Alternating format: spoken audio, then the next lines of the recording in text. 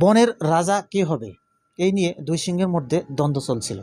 আসলে প্রচলিত কথায় আছে বনের রাজা সিংহ, তারপরেও দুই সিংহের মধ্যে ঝগড়া বিবাদ চলছিল কে হবে রাজা। আর ঝগড়াটা চলছিল এ কারণেই, একটি সিংহের বয়স ছিল অত্যন্ত বেশি বৃদ্ধ এবং একটি খুব কম বয়সী ইয়াং।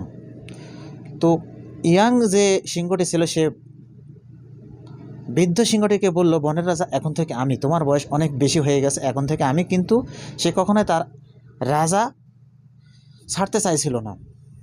আর এ নিয়ে দুজনের মধ্যে খুব দ্বন্দ্ব চলছিল। আর দূর থেকে এটি একটি শিয়াল লক্ষ্য করে দেখছিল।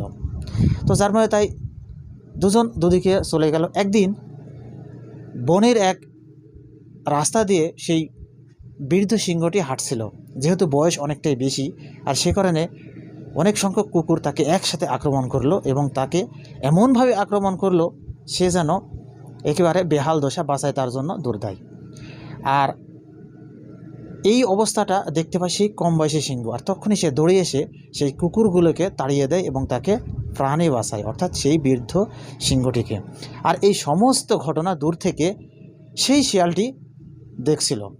যখন তাদের দুজনের মধ্যে এই ঘটনাটি ঘটেছিল, শিয়াল তখন কাছে এসে বলল, আচ্ছা সিংহ মামা, আমি তোমার কাছে একটা কথা জানতে চাই। তোমরা তো দুজন শত্রু, কিছুদিন আগেও দেখলাম তোমরা গ্যাঞ্জাম করছিলে, ঝগড়া বিবাদ করছিলে বনের রাজা কে হবে এটা নিয়ে। কিন্তু আজ যখন দেখলাম এই সিংহটি অন্য কুকুরে আক্রমণ করেছে, তখন তুমি তাকে প্রাণে রক্ষা করলে, তাকে বাঁচালে, এটি কেন আমি জানতে চাই। তখন কম বয়সী সিংহটি সেই শিয়ালটিকে বলল, তুমি হচ্ছে পণ্ডিত, তোমার বুদ্ধি বেশি, তারপরে তুমি জানতে পারলে না। তবে শোনো, কেন আমি তাকে বাঁচিয়েছি। সে হচ্ছে আমার স্বজাতি, সে হচ্ছে আমার ভাই।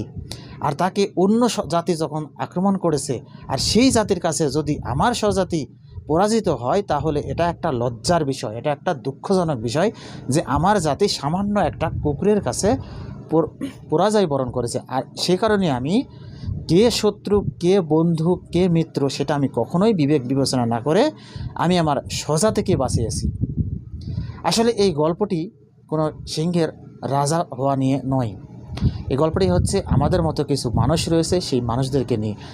আমরা যখন রাস্তাঘাটে চলাফেরা করি, শহর বন্দর, গ্রামে গঞ্জে, যেখানে কেন চলাফেরা করি, দেখি এক ভাইয়ের উপর আরেক ভাই আক্রমণ করেছে, একজন বিপদে পড়েছে, রাস্তায় ওপেনে মারছে, ছিনতাই হচ্ছে, ডাকাতি হচ্ছে, তারপরে সেটা আমরা না দেখে নিজের প্রাণের ঝুঁকি আছে এই ভেবে আমরা পাশ কেটে চলে যাই।